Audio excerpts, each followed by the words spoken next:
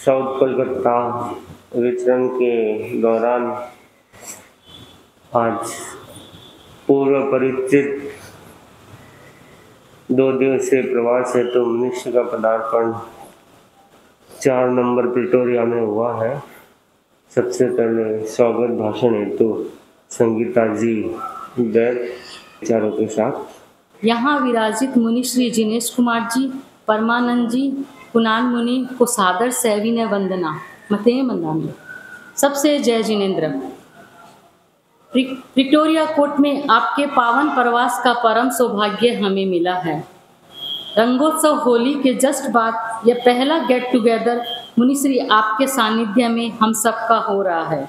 आध्यात्मिक get together, आध्यात्मिक 5 रंगों की ऊर्जा, शक्ति, शुभ लेशियाँ हम सब में पुष्ट रहे। शुभ रंगों से सबका जीवन सरोबार रहे, सकारात्मक रहे, यही मंगल भावना करती हूँ। मुनिश्री ने तो पुण्य पधार कर हम सब पर महती कृपा करा दी है। अब हमारी बारी है। हमें अपने अपने हिस्से में निर्जरा का जो संजोग मिला है, या यूँ कहूँ प्रिटोरिया वासी को जो पांति मिली है, किसी को सेजातर तो किसी का 12वां व्रत पूर्ण होगा, स्वाध्याय, सामायिक प्रवचन, हमें मैक्सिमम लाभ लेना है।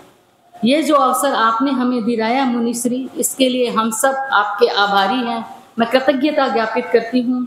आपका यहाँ का प्रवास सातामय रहे, आनंद में रहे, मंगल भावना। ओम अरहम। उपहार है संत दर्शन, भाग्य का उपहार है। दिल से दिल को जोड़ने का तार है। संत दर्शन भाग्य का उपहार है। 8 ही कर्मों के बंधन टूटते, 8 ही कर्मों के बंधन टूटते। वंदना शुभ कर्म का आधार है।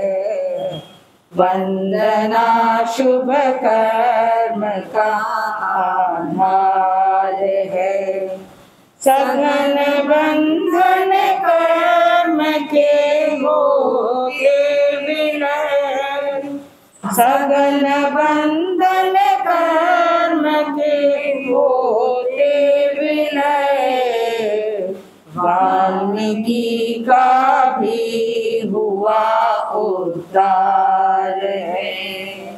वाल्मीकि का भी हुआ उद्धार है। त्रुटि श्रावक शोभ जी की बेड़ियां, त्रुटि श्रावक शोभ जी की बेड़ियां। भिक्षु दर्शन देख लो साकार है। भिक्षु दर्शन देख लो साकार है। शूल केवल शूल में ही टल गई, शूल केवल शूल में ही टल गई।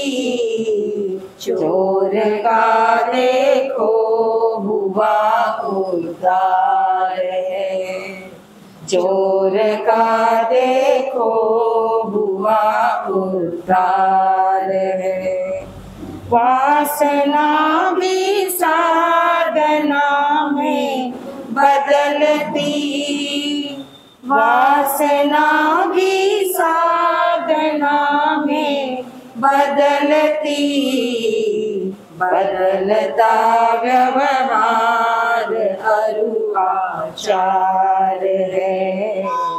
बदलता व्यवहार अरु आचार है।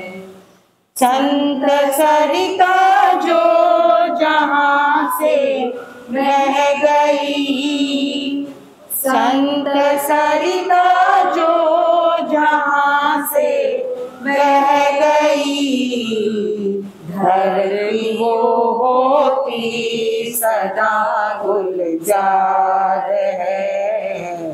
धरती वो होती सदा गुलजार है। संत दर्शन भाग्य का उपहार है। संत दर्शन भाग्य का उपहार है। घर में हमारा 18 दिन का प्रवास हुआ था। आज वापस 2 दिवसीय प्रवास है, तो हम मिनिस्ट्री के साथ हमारा आना हुआ है। तो उसके उपलक्ष्य में मनीष जी सेठिया, मनीष जी दुग्गड़ 2 शब्दों के साथ मनीष जी। भाव भरा वंदना समागत धर्म प्रेमी बंधुओं, सादर जय जिनेंद्र। आज कितना हर्ष का विषय है कि मुनिवर आपने महती कृपा करके पुनः हमारी बिल्डिंग को पावन किया। मुनिवर, हम सौभाग्यशाली हैं कि गुरुदेव की असीम कृपा से आप जैसे विद्वान मुनिश्री का सानिध्य हमें प्राप्त हो रहा है। आपने जो अध्यात्म के बीज यहाँ वपन किए थे, उन्हें आप संरक्षण देने पधारे हैं। कितनी कृपा आपकी, हम कृतकृत्य हैं। मुनिवर, मम्मी और हमारे बिल्डिंग के सभी सदस्यों की बहुत इच्छा थी कि आप हमें पुनः संभालें। आपने हमारी इच्छा पूरी की। आपके विहार की सुख साता पूछते हैं। मुनिवर, आपने हमें समय दिया, हम आपके बहुत बहुत आभारी हैं। इसके लिए आपको कृतज्ञता ज्ञापित करते हैं। सभी से मेरा यही निवेदन है कि ऐसे विद्वान संतों का ज़्यादा से ज़्यादा लाभ लें। मुनिश्री जी की ज्ञान रश्मियों से हम भी पावन बने। अस्तु। एक बार पुनः स्वागत, आभार, कृतज्ञता। ओम अरम। लो जैन जगत के तीर्थंकर, लो जैन जगत के तीर्थंकर, मेरा प्रणाम लो। दो वीतरागता कावर, वंदन निष्काम लो। वंदन निष्काम लो। लो जैन जगत के तीर्थंकर, मेरा प्रणाम लो। दो वीतरागता कावर, वंदन निष्काम लो। वंदन निष्काम लो। तुम तीर्थ नहीं तीर्थंकर, क्या गुण गरिमा गाए। क्या गुण गरिमा गाए। भव सिंधु भंवर में भटके, भव सिंधु भंवर में भटके, भक्तों को थाम लो। दो वीतरागता कावर, वंदन निष्काम लो। वंदन निष्काम लो। तुम सकल चराचर दृष्टा, अविकल विज्ञान हो। अविकल विज्ञान हो। तुम अमृत शक्ति दृढ़ दर्शन, तुम अमृत शक्ति दृढ़ दर्शन। अविचल विश्राम लो। दो वीतरागता पावर, वंदन निष्काम लो। वंदन निष्काम लो। तुम आत्म विजेता नेता, तुलसी के त्राण हो। तुलसी के त्राण हो। तुम सत्यम शिवम सुंदरम, तुम सत्यम शिवम सुंदरम। सवना आठो याम लो, दो वीतरागता पावर। वंदन निष्काम लो, वंदन निष्काम लो। लो जैन जगत के तीर्थंकर, लो जैन जगत के तीर्थंकर। मेरा प्रणाम लो, दो वीतरागता पावर। वंदन निष्काम लो, वंदन निष्काम लो। निवेदन श्रद्धेय। आपका विषय है नियम की करामात। नियम की करामात 10 सूत्र की महत्वपूर्ण सूक्ति। गिहि संतवंग कुज्जा, कुज्जा साहुहीन संतवंग।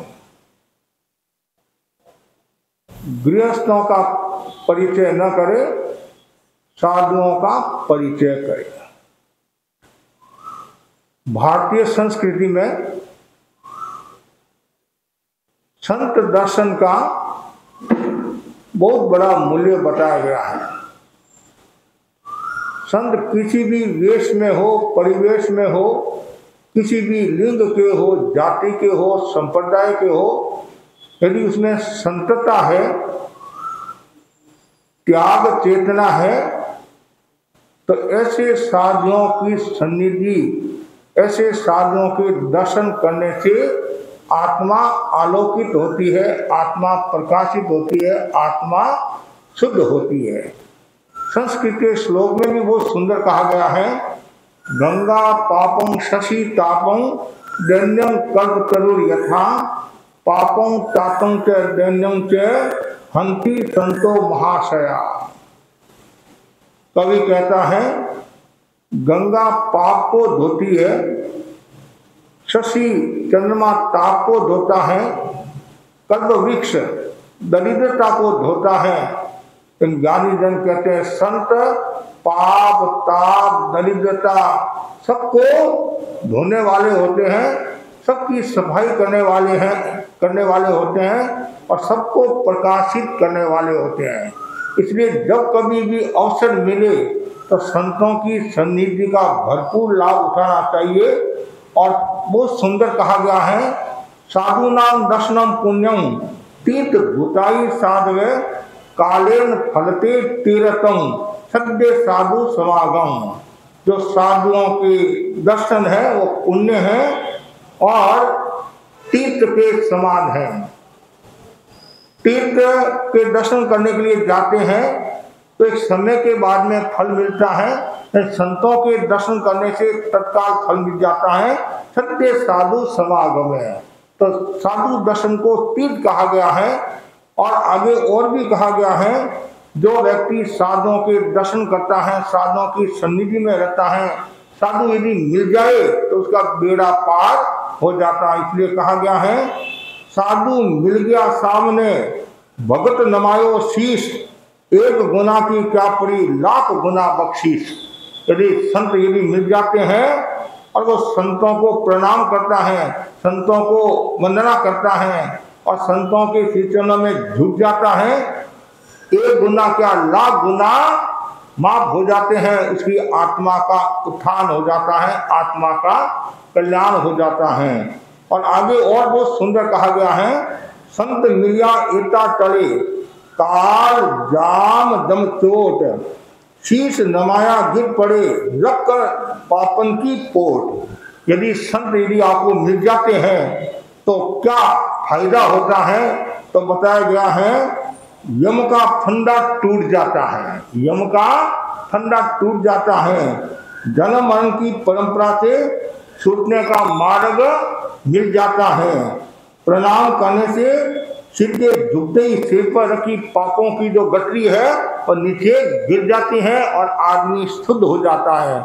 जैसे किसी के शरीर पर यदि गठरी है और वो नीचे झुकता है तो क्या होता है, गठरी गिर जाती है और वो हल्का हो जाता है। उसी प्रकार संतों के चरणों में गिर जाता है, झुक जाता है, वो मन से हल्का हो जाता है, कर्मों से भी हल्का हो जाता है, अनंत आनंद की अनुभूति करता है। और जो व्यक्ति झुकता नहीं है वो हमेशा बीमार रहता है। उर्दू में बहुत सुंदर कहा है, बीमार सर जो जामने हक के झुकना। जो व्यक्ति झुकता है वह स्वस्थ हो जाता है और जो झुकता नहीं है वो हमेशा बीमार रहता है। बीमारी रहेगा और क्या है, झुकना जरूरी है। बहुत बड़ी बात है, रहस्य की बात है। जो अहंकार में रहता है वो हमेशा ही बीमारी रहता है और जो विनम्रता में रहता है, झुका हुआ रहता है, वो हमेशा स्वस्थ रहता है। कुछ लोग चापलूसी बना करते हैं, स्वार्थ के वशीभूत होकर झुकते हैं। वो झुकना एक अलग बात है। एक निस्वार्थ भाव से परमात्मा की चेतना को जगाने के लिए, कर्म मुक्ति के लिए भी झुकता है, उसका एक अलग प्रभाव होता है। और ऐसे भी भारतीय संस्कृति में प्रणाम की परंपरा रही है, नमन की परंपरा रही है। आपस में आप भी मिलते हैं तो क्या बोलते हैं, जय जिनेंद्र बोलते हैं, या और कोई परंपरा वाले और कुछ बोलते हैं। प्रणाम की परंपरा रही है। होली दिवाली प्रणाम करने के लिए जाते भी है, समस्या के बाद में खमन खामना करने के लिए भी जाते हैं। अभी भाई ने भी कहा नहीं टूगेदर, क्या बोले नहीं, हाँ मिलो, तो कहने का मतलब है मिलना हो जाता है। प्रणाम में बहुत बड़ी शक्ति होती है। ये जो हमारे हाथ नहीं, ये हाथ प्रणाम में भी काम आते हैं और ये हाथ प्रहार में भी काम आते हैं, दोनों ही है नहीं। ऐसे करोगे तो हाथ जोड़ोगे प्रणाम और ऐसे करोगे तो प्रहार हो जाएगा। तो लेकिन हमें ये हाथों का जो सदुपयोग करना है वो प्रणाम, मतलब जब भी त्यागी संत मिले उनकी सन्निधि में रहो, उनके पास में बैठो और उनसे कुछ ज्ञान प्राप्त करो। और जो सच्चे मन से ज्ञान प्राप्त करता है, सच्चे मन से प्रवचन सुनता है और सुनकर कोई नियम का भी यदि त्याग कर लेता है और निष्ठा के साथ में नियम की पालना करता है तो उसका तो बेड़ा पार है। बहुत सुंदर एक मैंने कथा पढ़ी थी। संत गांव में पधारे और सैकड़ों लोग संतों का प्रवचन सुनने के लिए आते हैं। कुछ संत महात्मा योगी होते हैं, कुछ त्यागी होते हैं, कुछ तपस्वी होते हैं, कुछ संगीतकार होते हैं, कुछ साहित्यकार होते हैं, कुछ प्रवचनकार भी होते हैं और कुछ द्रव्य क्षेत्र काल भाव के ज्ञाता भी होते हैं कि सामने परिषद कैसी है, परिषद को देखकर व्याख्यान देना।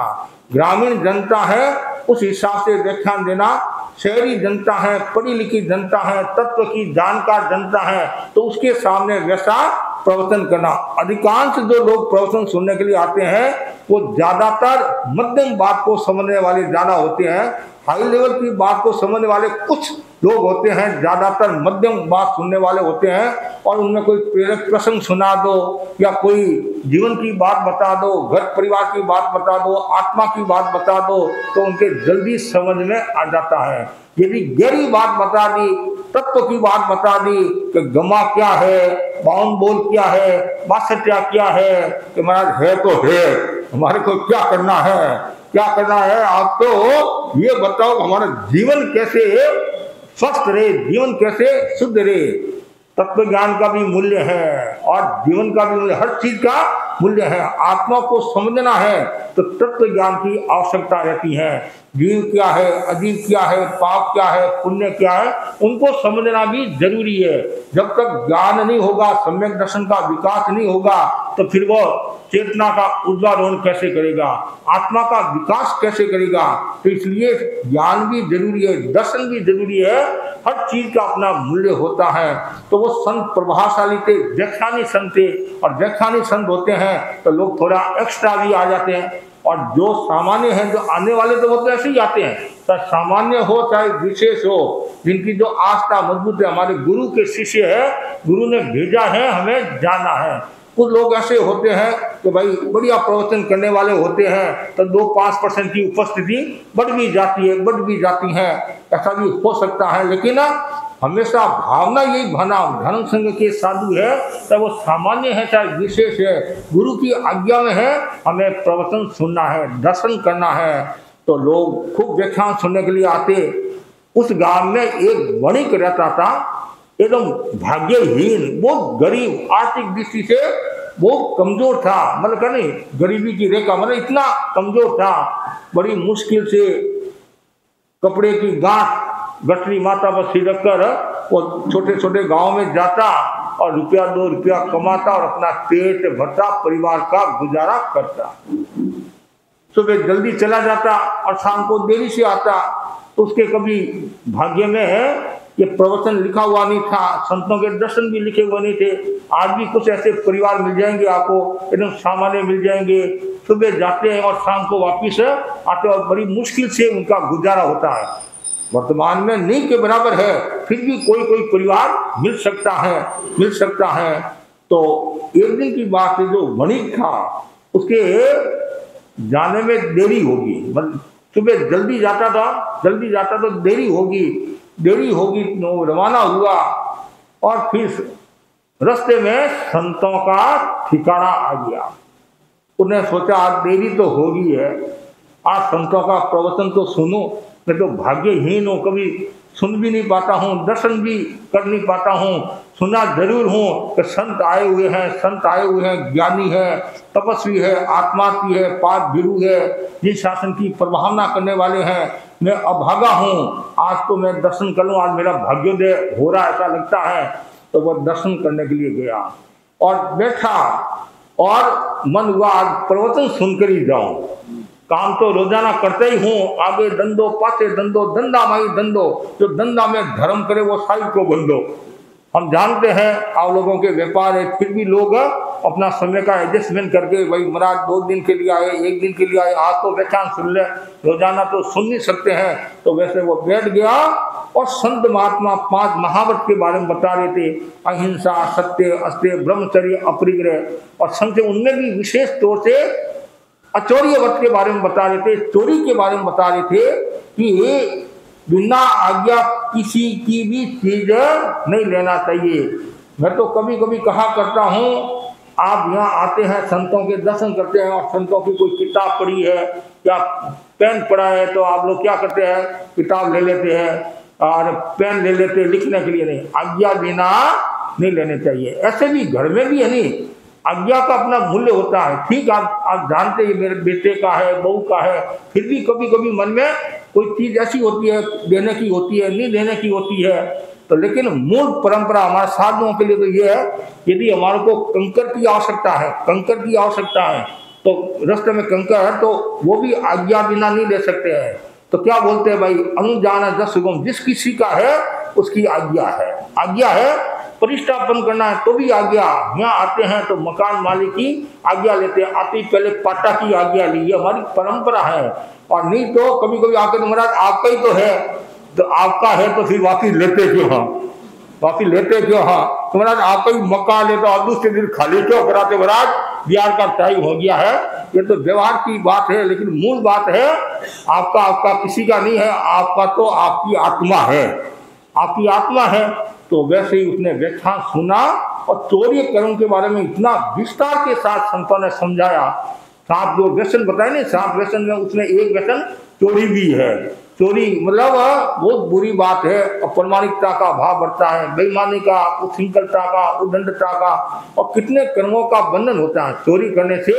चाहे कोई भी हो, चाहे सरकार की चोरी हो, चाहे घर में हो, चाहे किसी की, बिना आज्ञा कोई चीज लेता है और ऐसे चोरी करता है तो कभी कभी तीव्र कर्मों का भी बंधन हो सकता है। आपको कोई चीज की आवश्यकता है तो घर के में पूछ कर ले लो, लेकिन कुछ लोगों को डर रहता है सासू जी चीज देंगे। आजकल तो इतना नहीं है, पहले थोड़ा रहता था। तो फिर क्या करता, सासू जी महाराज के जाते तो पीछे से घी की डली खा लेती और कुछ कर लेता। कभी ये नौकर भी ऐसे, तो नौकर को आप भोजन नहीं कराते अच्छी तरह से, तो पीछे से क्या करता, वो घी की डली खा लेता और कुछ कर लेता। आजकल तो सामान्यतः ऐसा नहीं होता है, आजकल तो बहुत ध्यान रखते हैं। समय समय की बात है। तो उसने ठीक है महाराज, आज मैं आपका प्रवचन सुना हूँ और आप फरमा रहे हैं चोरी बुरी बात है, तो मैं हमेशा के लिए तो मैं त्याग कर नहीं सकता हूँ, इतनी मेरी कैपेसिटी नहीं है। एक दिन के लिए आज मैं नियम लेता हूँ, मैं आज चोरी नहीं करूँगा, बिना आज्ञा कोई चीज नहीं उठाऊंगा। संत भी ज्ञानी थे। संतों ने देखा ये वणिक कौन है, आज तो पहली बार आया, मेरे को इतने महीने हो गए, मैंने तो देखा नहीं कभी। हम भी कहते नहीं तो ये कौन है, ये कौन है, ये कौन है। हाँ, तो नहीं आता है तो कभी ध्यान में भी नहीं होता, कभी आते तो भी भूल जाते हैं, तो संतों ने उनको अच्छी तरह से समझाया, भाई नियम लिया है, नियम की करामात, मतलब नियम को तोड़ना नहीं है। प्राण चले जाए तो नियम को मत तोड़ना। तो महाराज मैं दृढ़ प्रतिज्ञा करता हूँ, कैसी भी परिस्थिति आ जाए, मुझे करोड़ रुपया रास्ते में मिल जाए, तभी हाथ लगाने का त्याग है। बिना आज्ञा कोई चीज नहीं उठाऊंगा, कुछ भी जाए, मेरे को यदि सोना चांदी भी मिल जाए, देवता भी आकर रख कर चले जाए, तो भी मैं हाथ नहीं लगाऊंगा। संत भी देखते रह गए। एक गरीब आदमी और सामान्य, और इसके मन में इतना मनोबल, संत और संतों ने त्याग करा दिया। फिर वो पोटली लेकर, व्याख्यान सुनकर पोटली लेकर गांव में गया और शाम को वापिस घर आया। उसने पोटली को रखा और सोचा, मतलब पंची समिति लैट्रिन के लिए पहले लोग बाहर जाते थे, नहीं जंगल बाहर जाते थे। आजकल उल्टा हो गया, पहले बाहर जंगल जाते थे और घर में भोजन करते थे, और आज घर में जंगल जाते हैं, बाहर भोजन करते हैं।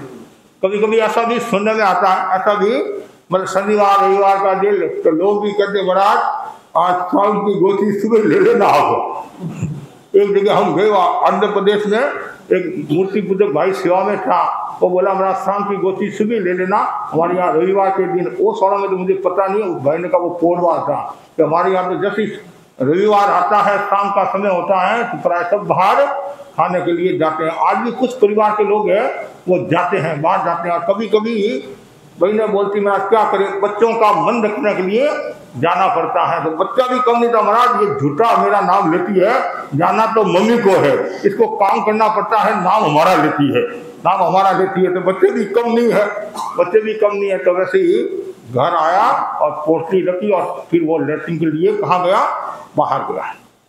बाहर गया और जाकर पुराने समय में लोटा लेकर जाते थे, तो फिर वो मांजते थे, लोटा को साफ करते थे। आजकल आप साबुन से ऐसे हाथ धो लेते हैं, तो वो रेत ऐसे करा था, ऐसे करते करते करते क्या होता है, कोई टच हुआ हाथ उसके, कोई आए क्या बात है, टच क्या है। फिर उसने और रेत को खोदा, धरती को खोदा, तो देखा कुछ लग रहा है।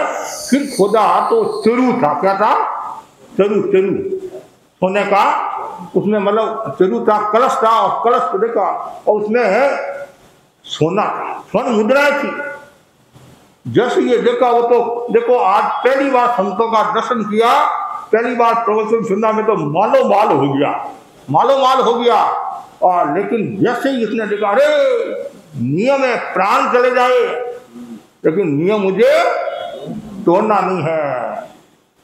और उसमें आप होते तो कभी 2 दिन पाल दूंगा। कभी कभी हमारे पास में भाई बहन आते नहीं कि हमारा फंक्शन में गई, नियम था, तो मैंने कहा पता तो था, हमारा पता था, मेरे नियम है, फिर भी मैं खाकर आ गई। कभी भूल भी हो जाती है, तो कभी कभी कहते मेरे आगाह है कि थोड़ा सिर दर्द करने लग गया। और आजकल हम जो भी त्याग कराते हैं, आपके ध्यान में रखने की बात है, सुखे समाधि त्याग कराते हैं। और कोई व्यक्ति कहते मेरे सुखे समाधि त्याग नहीं है, फिर कोई गली नहीं निकाल सकता है। इसलिए त्याग करो, सोच विचार कर करना चाहिए। सुखे समाधि पुरानी बात अलग, अब पुराने लोगों ने त्याग कर दिए कि हवाई जहाज में बैठने का। अब उनके जो बेटे हैं ऐसे स्थानों पर हैं और हवाई जहाज के बिना वहां जा ही नहीं सकते। कभी कभी समस्या आ जाती है। और पहले उन परिवारों ने ये कल्पना भी नहीं की थी कि भाई हम लंदन जाएंगे, कनाडा जाएंगे, ऐसा होगा। तो इसलिए त्याग सोच विचार कर, वो बोला कुछ भी हो जाए, मुझे नियम तो नहीं तोड़ना है। फिर उसने क्या, फिर वो पेश में पड़ गया कि नियम तो मैं एक की जगह 2 दिन पाल दूंगा। फिर उसके मन में वो आया, 2 दिन पाल दूंगा। फिर ऐसा नहीं, ये तो नहीं, और मैंने संतों को वचन दिया कुछ भी हो जाए मैं नियम नहीं तोड़ूंगा। और वो पेशो पेश में है कि देखो भाई कोई लेकर नहीं चला जाए, ये भी तो मन में आ जाता नहीं, कोई लेकर नहीं चला, इतना माल मिला है, गरीबी दूर होने वाली है, तो उसने क्या नहीं, कुछ भी हो नियम तो नहीं तोड़ूंगा। फिर उसने क्या किया, वापिस रेत दे दी और चिन्ह कर दिया कि सुबह आकर लेकर चला। अब रात की 12 तो बज गई है, अब मात्र 6 घंटे का तो काम है सूर्योदय। कलकत्ता में तो जल्दी सूर्योदय हो जाता है, यहाँ जल्दी सूर्योदय हो जाता है, तो 6 घंटा का काम है। और वो वहां से घर आया 12 बज गए थे और श्रीमती इंतजार करिए भी भोजन, ये क्या सोच जाने का टाइम है, लेटिंग जाने का टाइम है, 12 बज गए। वो बोला आपत आ गई। क्या आपत आई, क्या आपत आई, क्या समस्या आ गई? कि वो तुम्हारे को बताने की नहीं है। अब ये मना कर देते तो और ज्यादा आकर्षण और ज्यादा, अरे तुम्हारे को बताने की बात नहीं है, औरतों को ये बात नहीं बताना पड़ेगा। वो बोली बताओ तो ठीक है, मेरे पिए जाती है। पुराने समय में ये थोड़ा डर भी दिखाते थे। वो उसको खूब समझाते भी बात मत कर, तो नहीं क्या बात है बताओ, बताना पड़ेगा आपको। ऐसी ऐसी बात हुई। मैं लैट्रिन गया और हाथ लोटा मांग रहा था और थोड़ा धरती को खोदा गया तो थोड़ा सा ये ऐसा हुआ शुरू, और तो अब लाए नहीं, मेरे तो नियम है। अरे पागल आदमी, क्या नियम है? ये कहा इधर क्या है, 2 चोर चोरी करने के लिए जा रहे थे, वो उसके घर के आसपास ही थे, आगे बढ़ रहे थे। उनके कानों में, जबकि उसने पहले कह दिया कोई सुनने वाला नहीं, कि कोई सुनने वाले नहीं, रात को कौन सुनता है, उन दोनों चोरों ने सुन लिया कि दूसरे घर को क्यों तकलीफ दे, क्यों पीड़ा दे, बेचारे वो दुखी हो जाएंगे। और ये सहज ही मिल रहा है और ये सारा क्लियर करा है, वृक्ष के नीचे है, ऐसा स्थान बता रहा, ये करा वो करा है, भागो वहां से। और इधर पत्नी बोली आपके त्याग, मेरे तो त्याग नहीं, मैं जा रही हूँ लेकर आऊँ। आदमी ने कहा औरत की जात रात को 1:30 बजे कहाँ जाएगी, लोग ने हंसी होगी, मजाक होगी और कुछ होगा, तो शांति रख। यदि हमारा होगा तो कहीं जाने वाला नहीं है, और हमारा नहीं है, तुम चली भी गई तो गांव में बदनामी और होगी, अकेली औरत कहाँ गई थी, मतलब एक प्रश्न चिन्ह भी खड़ा हो जाएगा। इधर क्या होता है, वो दोनों ही वहां गए और वृक्ष के नीचे बैठे और वो खोदने लगे तो क्या हुआ, उनको भी वो तेरू नजर आया। तो बात तो सही है, उधर क्या उस वृक्ष में यक्ष रहता था, यक्ष देवता रहते थे, वृक्ष में देवता रहते थे।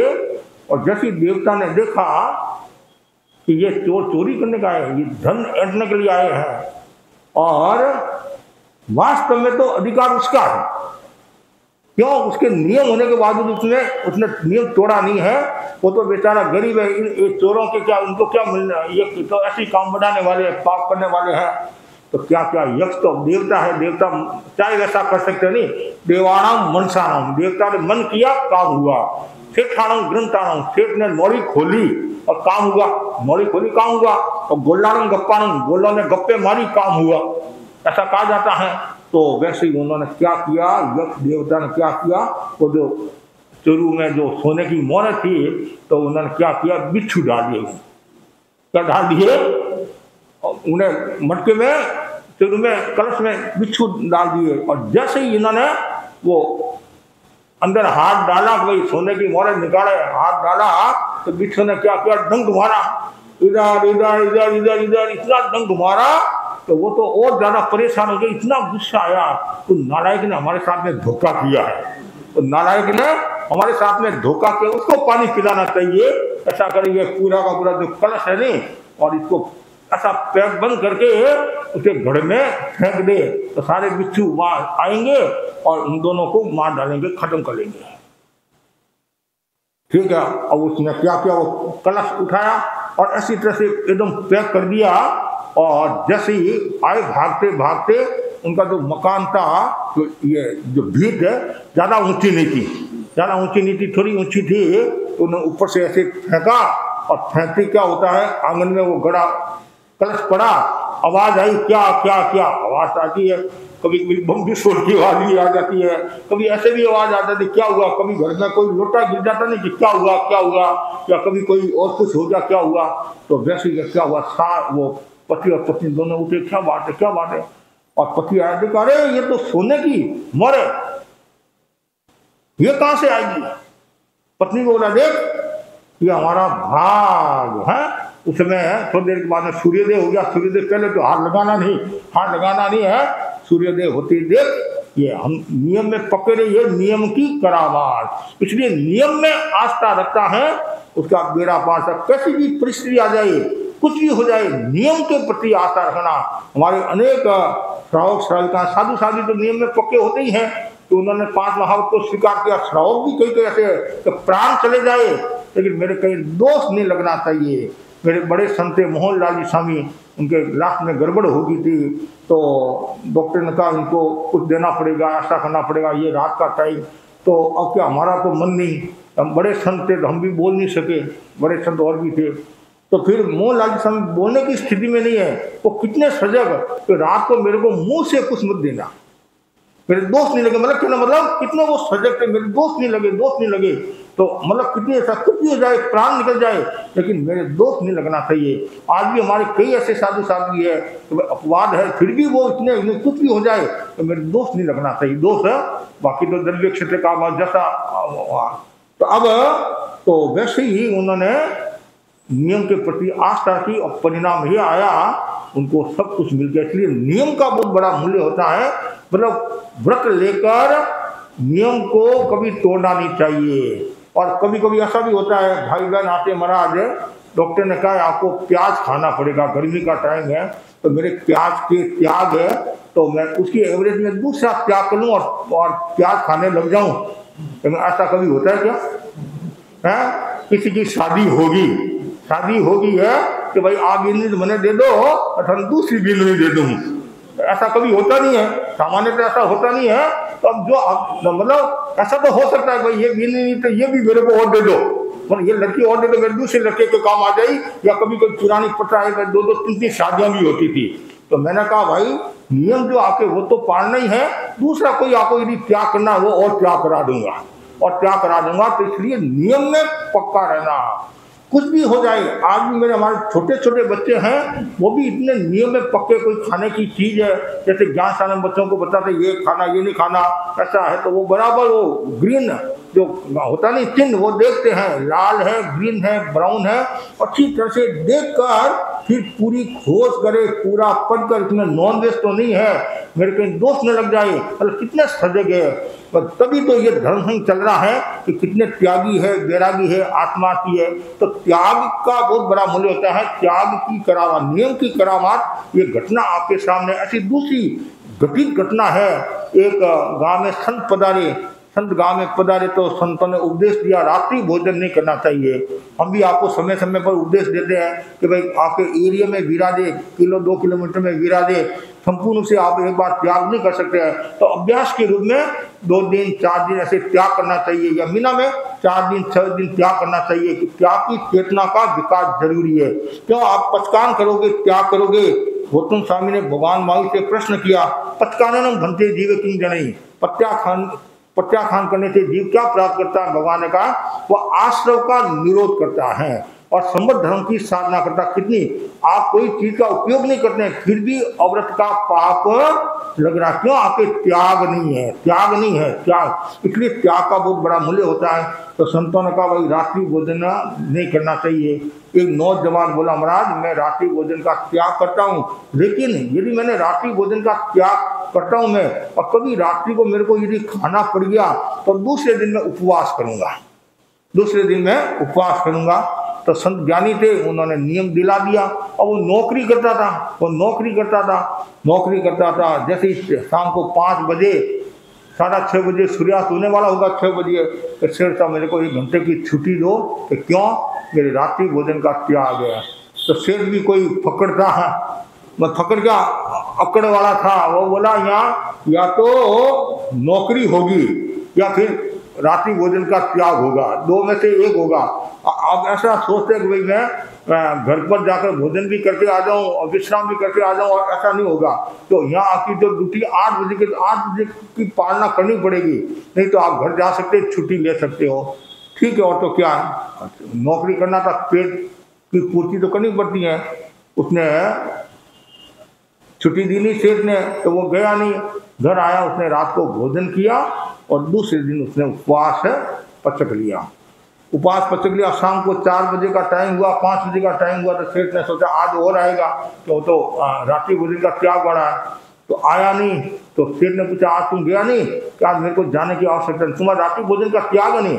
वो बोला मेरे रात्रि भोजन का त्याग है, जिस दिन मैं रात को भोजन करूंगा दूसरे दिन मैं उपवास करूंगा, आज मेरे उपवास है, कल आपने आज्ञा दी नहीं जाने की। सेठ इतना प्रभावित हुआ कि ये नियम के प्रति इसकी कितनी आस्था है, और जो व्यक्ति नियम के प्रति आस्था रखता है तो कंपनी के प्रति भी आस्था रखेगा, समाज के प्रति भी आस्था रखेगा और खुद के प्रति आस्था रखेगा। तो वो सेठ इतना खुश हुआ, कहते हैं उसको छुट्टी दे दी, जब भी तुम्हारी इच्छा हो तुम जा सकते हो, और आज से तुम्हारा प्रमोशन करता हूं और तुम्हारे को मैनेजर बनाता हूं। क्या बनाता हूं? मैनेजर बनाता हूं। तो त्याग का कितना बड़ा मूल्य होता है। आप लोग कहते नहीं भाई त्याग नहीं करना चाहिए, ये नहीं करना चाहिए, त्याग सोच विचार करो और त्याग जरूर करना चाहिए। त्याग का बहुत बड़ा मूल्य है। जब गौतम स्वामी ने भगवान माई से प्रश्न किया कि जो लवण समुद्र है नहीं, लवण समुद्र, क्या ये अपनी सीमा का उल्लंघन करेगा, क्या मतलब सीमा को लांघेगा, ऐसे लांघेगा? तो भगवान ने कहा नहीं। क्यों? इस धरती पर शीलवान है, चरित्रवान है, त्यागी है, उसका इतना प्रभाव रहेगा जिसके कारण ये होने वाला नहीं है। और जो त्यागी आत्मा है तो देवता भी उसकी सेवा करते हैं। कहते हैं धम्मो मंगल मुक्तितम अहिंसा संयमो तो देवागीतम नमन संति दस धम्मे श्यामणो। धर्म उत्कृष्ट मंगल है, अहिंसा संयम तप धर्म के लक्षण हैं, और जिनका मन धर्म में रमा रहता है उसे देवता भी नमस्कार करते हैं। इसलिए व्यक्ति को धर्म में लीन रहना चाहिए, त्याग में लीन रहना चाहिए। और त्याग की प्रेरणा देने वाले कौन होते हैं? सज्जन पुरुष होते हैं, त्यागी पुरुष होते हैं, साधु महात्मा होते हैं। क्यों? साधुओं के खुद के त्याग है। आज मेरे चीज का त्याग है और मैं आपको यदि त्याग कराऊंगा तो ज्यादा प्रभाव पड़ेगा, ज्यादा प्रभाव पड़ेगा। ऐसे गृहस्थ भी एक दूसरे को त्याग कराते हैं। कभी कभी उसमें थोड़ी सी शंका भी हो सकती है और कभी लोग कहने भी लग जाते हैं खुद गुरुजी बैंगन खावे, दूसरों ने उपदेश दे। कभी कभी कहते हैं खुद तो बैंगन खाता है, खुद प्याज खाता है, लहसुन खाता है, रात को खाता है और हमारे को कहता है ये नहीं खाना, ये नहीं खाना, ये नहीं करना चाहिए। अरे आपको प्रेरणा दी है, प्रेरणा का तो मूल्य है या नहीं? और वो व्यक्ति क्या करता है उससे आपको क्या लेना देना? लेकिन फिर भी आपके मन में रहता है, खुद तो खाता है और हमारे को कहता है ये नहीं करना, ये नहीं करना, ये नहीं करना। तो संत महात्मा जो कहते हैं उनका अलग प्रभाव होता है। क्यों? तो खुद त्यागी है, खुद संयमी है, आत्मा की एक पाद गुरु है और पग पग पर नियम के प्रति सजग रहने वाले होते हैं। इसलिए हमेशा नियम के प्रति आस्था रखो। नियम का करामात है। देखो ये आपने कहानी सुनी और ये प्रेरणा देने वाली है।